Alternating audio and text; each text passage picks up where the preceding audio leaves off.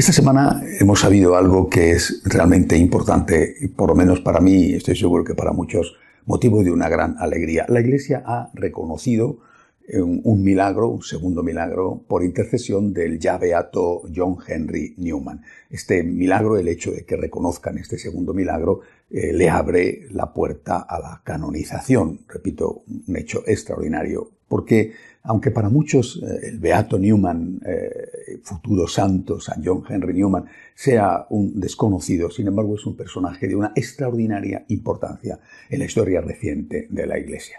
Hasta el punto de que, al menos según mi opinión, tendría y merecería ser declarado doctor de la Iglesia.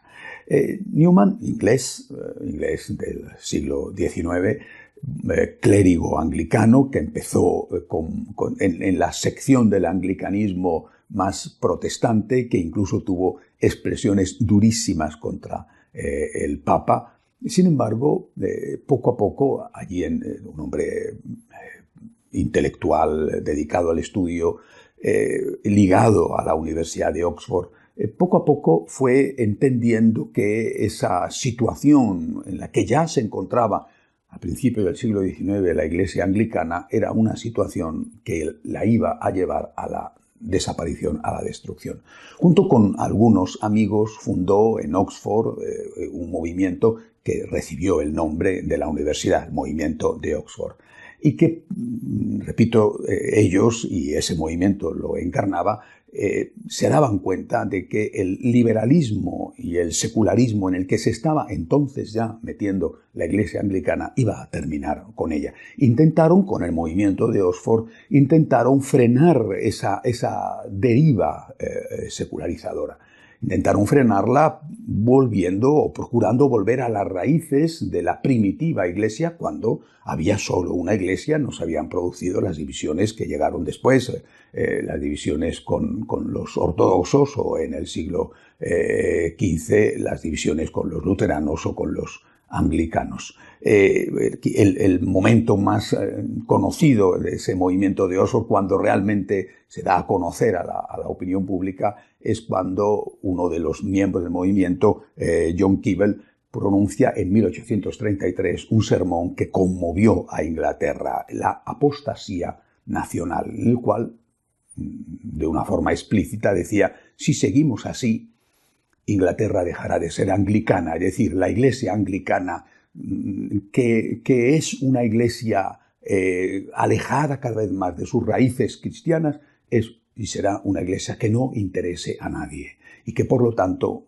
alejará a los fieles de la Iglesia, y el país será un país que no saben qué será, pero no será desde luego un país cristiano.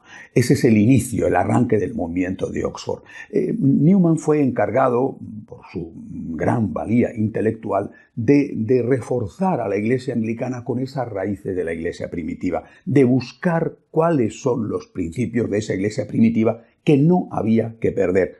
Empieza una búsqueda intelectual estudiando los primeros concilios de la Iglesia y estudiando la doctrina y la enseñanza de los santos padres, además, por supuesto, de las cartas de San Pablo, Hechos de los Apóstoles, etc.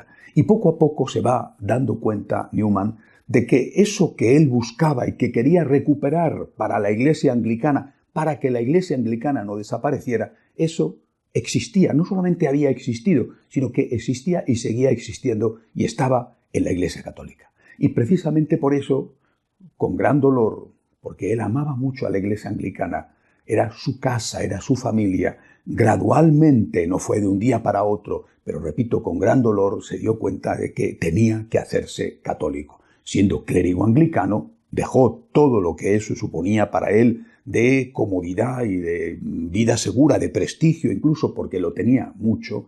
Lo dejó para hacerse sacerdote católico. Fue recibido en la Iglesia católica y se encontró con que los anglicanos, incluso los del movimiento de Oxford, le consideraban un traidor, porque en un principio el movimiento de Oxford no buscaba que la Iglesia anglicana se hiciera católica, sino que buscaba evitar que la Iglesia anglicana se hiciera cada vez más liberal, cada vez más secularizada. Bueno, ellos le consideraron un traidor, y por parte de los católicos no terminaban de fiarse de él. Uno de sus antiguos amigos, un sacerdote anglicano, Kingsley, bueno, un sacerdote anglicano muy especial, bastante racista, describe, por ejemplo, a los irlandeses después de visitar Irlanda como chimpancés orangutanes blancos. O sea, tenía hacia los católicos un profundo desprecio y en particular hacia los irlandeses que estaban sojuzgados y mantenidos a veces en una semi-esclavitud por los ingleses. Encima los desprecia. Bueno, pues Kingsley le ataca durísimamente, ataca a Newman durísimamente y le reta públicamente a que diga por qué se ha hecho católico. Si es honesto, que diga la verdad, cuál es la causa por la que se ha hecho católico. Ante este reto, Newman escribe el más importante de sus libros, Apología pro vita sua. Siguiendo la línea de las Confesiones de San Agustín, es una autobiografía y es de verdad extraordinario. Él cuenta toda su aventura espiritual que él define como el regreso a la casa del Padre. Y cuenta el dolor que le producía darse cuenta de que la Iglesia anglicana estaba equivocada y que solamente en la Iglesia católica se había mantenido de una manera íntegra, de una manera completa, aquello que el Señor había enseñado y habían vivido los apóstoles.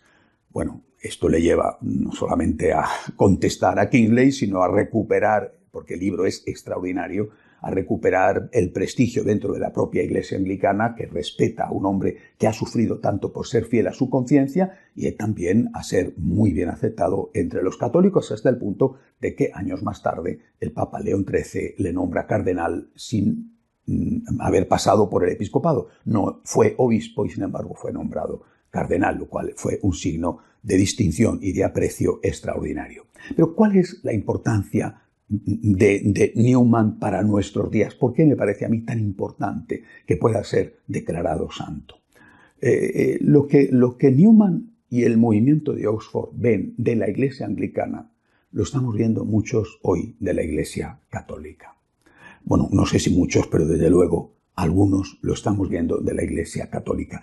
Lo que ellos vieron fue que la deriva de la Iglesia anglicana hacia el liberalismo y el secularismo no iba a servir para que la gente se quedara en la Iglesia, sino que iba a acentuar la huida de la gente de la Iglesia. Por eso Keble titula su sermón así, la apostasía nacional.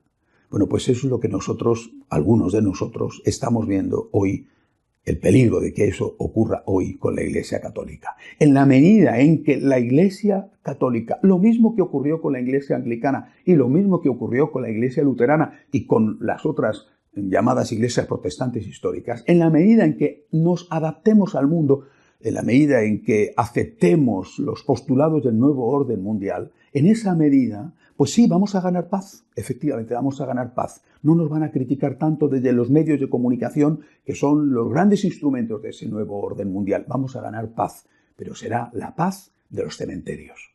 Porque no habrá gente. Es que es exactamente igual que ha pasado ya y que los del movimiento de Oxford intuyeron que iba a pasar en la Iglesia anglicana. Lo han aceptado todo. Han aceptado las relaciones fuera del matrimonio, incluido el adulterio. Han aceptado el aborto, han aceptado la eutanasia, han aceptado, por supuesto, el ejercicio de la homosexualidad, han aceptado las sacerdotisas, han aceptado las obispas, han aceptado que los clérigos y clérigas tengan relaciones y estén casados legalmente por la propia Iglesia con personas de su mismo sexo. Hay obispas casadas con señoras. Es decir, lo han aceptado todo. No hay nada que no hayan aceptado. Cada vez tienen menos gente. Cada vez menos gente a esas iglesias. Se están muriendo, literalmente se están muriendo. Bueno, pues eso, repito, ¿qué es lo que ve el movimiento de Oxford que va a ocurrir y que ha ocurrido? Que no logran ellos parar. Eso es lo que algunos vemos que nos puede pasar o que nos está pasando ya a la Iglesia católica. Una iglesia que se entrega al mundo. Es una iglesia que no tiene ningún interés. ¿Para qué sirve esa iglesia? Jesucristo dice, vosotros sois la luz, vosotros sois la sal, vosotros sois la levadura. Y dice claramente, si la sal se vuelve insípida, no sirve más que para ser echada al suelo y que la pisen los hombres. Una iglesia que ha dejado de ser la sal porque se ha adaptado al mundo, tendrá paz, efectivamente, pero no tendrá gente. ¿Por qué? Porque ya no es fiel a Jesucristo. Necesitamos recuperar la intuición de Newman y del movimiento de Oxford. Necesitamos volver a las raíces, porque en el fondo esto fue lo que quiso San Juan XXIII cuando convocó el Concilio Vaticano II. Volver a las raíces, volver a la primitiva iglesia. Y en esa primitiva iglesia lo que había era fidelidad a Jesucristo. No había adaptación al imperio, pacto con el imperio. Bueno, ¿qué más da un poquito de incienso en la estatua del emperador y nos dejan tranquilos?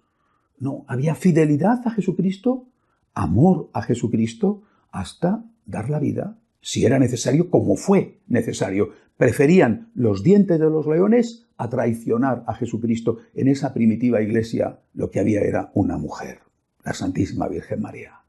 Ella, que amaba a su Dios y a su Hijo hasta no a dar la vida, porque no la tuvo que dar, pero hasta lo que hiciera falta siendo la esclava del Señor. Y había unos hombres y mujeres, los apóstoles y los discípulos, que amaban a Cristo absolutamente. Esa iglesia primitiva, venció al imperio. Y le venció porque no se sometió al imperio. Mientras que si nosotros nos sometemos, y eso, repito, es lo que denuncia Newman, y eso es lo que intuye también San Juan XXIII, si nosotros nos sometemos al nuevo imperio, al nuevo orden mundial, no tendremos absolutamente ningún interés ni ningún objetivo. El final está ya escrito. Desapareceremos, algún reducto quedará precisamente de aquellos que son fieles, de aquellos que no han querido someterse.